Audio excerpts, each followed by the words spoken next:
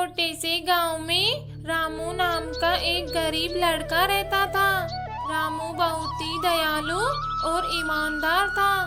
उसके पास एक भी दोस्त नहीं था और वह अक्सर अकेला महसूस करता था। जब एक दिन रामू जंगल में लकड़ियां काट रहा था तो उसने एक घायल कबूतर को देखा। कबूतर का पंख टूटा हुआ था और वह उड़ नहीं पा रहा था। रामू को कबूतर पर दया आ गई और वह उसे अपने घर ले आया। घर आकर रामू ने कबूतर की खूब देखभाल की और कुछ ही दिनों में कबूतर एकदम ठीक हो गया। उसके बाद रामू और कबूतर में गहरी दोस्ती हो गई, जिससे रामू को कभी भी अकेलापन महसूस नहीं होता था और फिर कबूतर हमेशा रामू के साथ रहने लगा।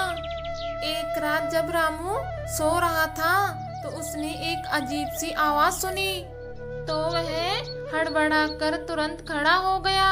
उसने देखा कि कबूतर उसके सामने खड़ा है और उसके पंख चमक रहे हैं। यह देखकर रामू आश्चर्य में पड़ गया।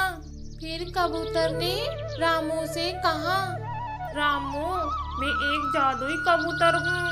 तुमने मेरी जान बचाई है, इसलिए मैं तुम्हें एक वरदान देना चाहता हूँ।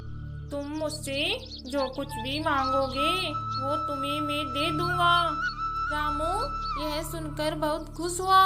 फिर उसने कबूतर से कहा, मुझे कुछ नहीं चाहिए, बस तुम हमेशा मेरे दोस्त बने रहो। ठीक है रामू, मैं हमेशा तुम्हारा दोस्त रहूंगा और मैं तुम्हें एक और वरदान देता हूँ। जब भी तुम्हें मेरी जरूरत होगी तुम मुझे पुकारना और मैं तुम्हारी मदद के लिए आ जाऊंगा। रामू ने कबूतर को धन्यवाद दिया और दोनों फिर से दोस्त बन गए। फिर रामू ने कबूतर की मदद से गांव के सभी लोगों की सहायता की। कबूतर ने बीमार लोगों को ठीक किया, गरीब लोगों को खाना दिया और दुखी लोगों को खुश किया। इसी तरह रहते रहते कई दिन गुजर गए। एक दिन गांव में एक बहुत ही भयानक तूफान आया। तूफान इतना तेज था कि गांव के सभी घर तबाह हो गए। गांव के लोग बहुत डरे हुए थे। रामू ने कबूतर को पुकारा और कबूतर तुरंत वहां आ गया।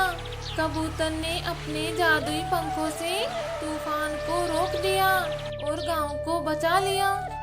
इसके बाद गांव के सभी लोग रामू और कबूतर का धन्यवाद करते हैं और फिर उन्होंने रामू को गांव का मुखिया बना दिया। रामू ने कबूतर के साथ मिलकर गांव को फिर से बनाया और गांव के लोगों को खुशहाल जीवन दिया। फिर रामू और कबूतर हमेशा अच्छे दोस्त बने रहे और गांव के लोगों की खूब सेवा की। रामू ने सीख लिया कि सच्ची दोस्ती और दया ही सबसे बड़ी दौलत है और कबूतर ने सिखाया कि मदद करने वाला हमेशा बड़ा होता है।